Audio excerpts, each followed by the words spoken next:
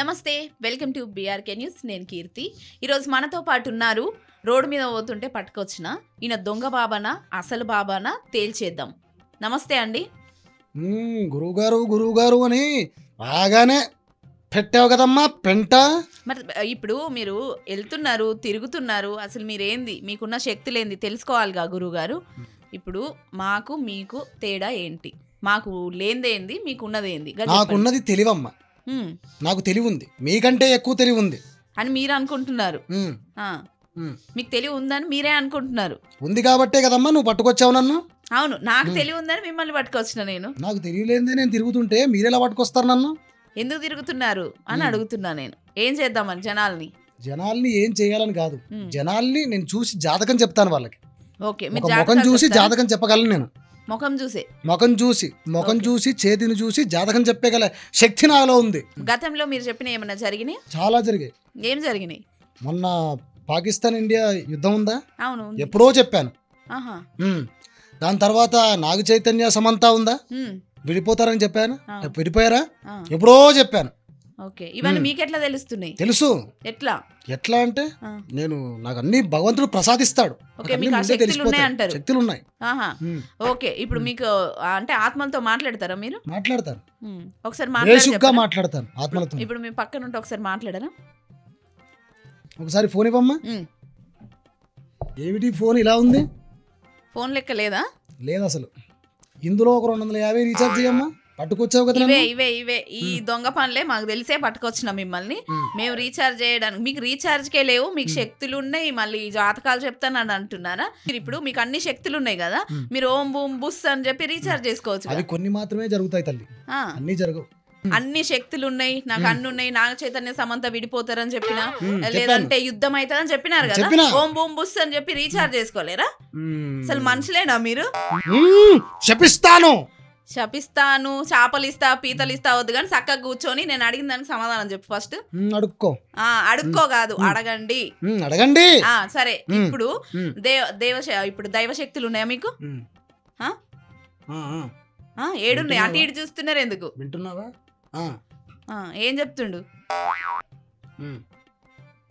ఏం చెప్పడు? ఇటు చూడండి, ఏం చెప్పడు.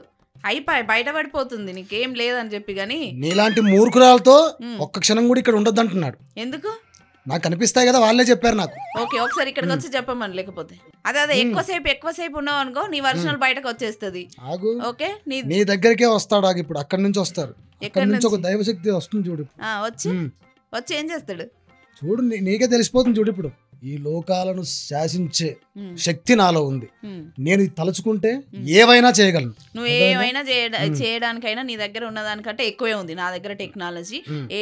ఏఐ ఉంది, మీకు తెలుసో తెలియదో? ఏఐ అని ఒకటి వచ్చింది, తెలుసా మీకు? మూర్ఖురాల. నెక్స్ట్ ChatGPT ఉంది. దానికి మించిన తెలివితేటలు అసలు నీ దగ్గర ఉన్నాయంటే నేను ఒప్పుకోను. అసలు నీకు లేవు అనేది తెలిసిపోతుంది. ఒక్క క్వశ్చన్కే అయిపోయింది నీ పని. సరే, నన్ను అవమానిస్తున్నావు నువ్వు. అవమానించట్లా, నిజాలు చెప్తున్నా. కానీ చాలా బాధపడతావు నువ్వు. ఒకటి చెప్పనా?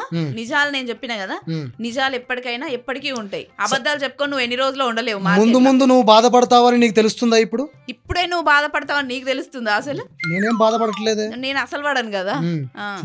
చూడు మీరే చూడండి. ఇప్పుడు ఎట్లా వెళ్తారు? ఎవరితో మాట్లాడుతున్నావో అర్థం చేసుకుని, నవ్వులాట కాదు, నువ్వు ఎవరితో మాట్లాడుతున్నావో అర్థం చేసుకో. తెలుసు, అర్థమైందా?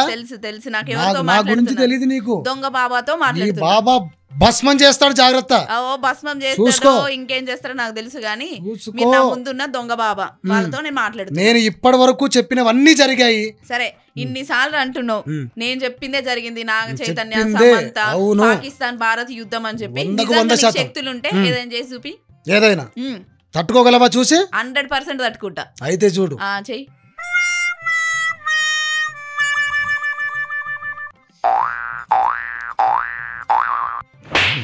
అయిపోయింది, ఇంకా పిడిచొచ్చింది. తాళం తెచ్చి పెట్టరు. ఇంకా అయిపోయింది. దొంగ బాబు అయిపోయిందిలే. ఇంకా సరే, ఏమనుకోకు బాలిక. ఎంతసేపు నా మైండ్ తిన్నావు, నా హోమాలు నావన్నీ ఆపావు, నాకు వచ్చే కలెక్షన్లు కూడా బయట మొత్తం అయిపోయింది.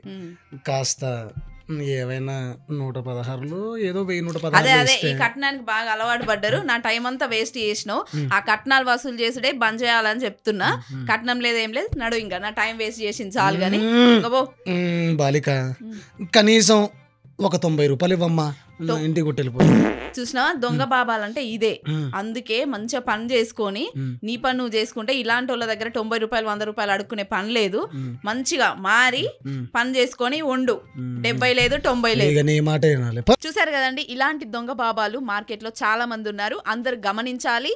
ఇలాంటి దొంగ బాబాల ఒడిలో పడకుండా జాగ్రత్తగా ఉండండి అనేదే ఈ వీడియో యొక్క సారాంశం.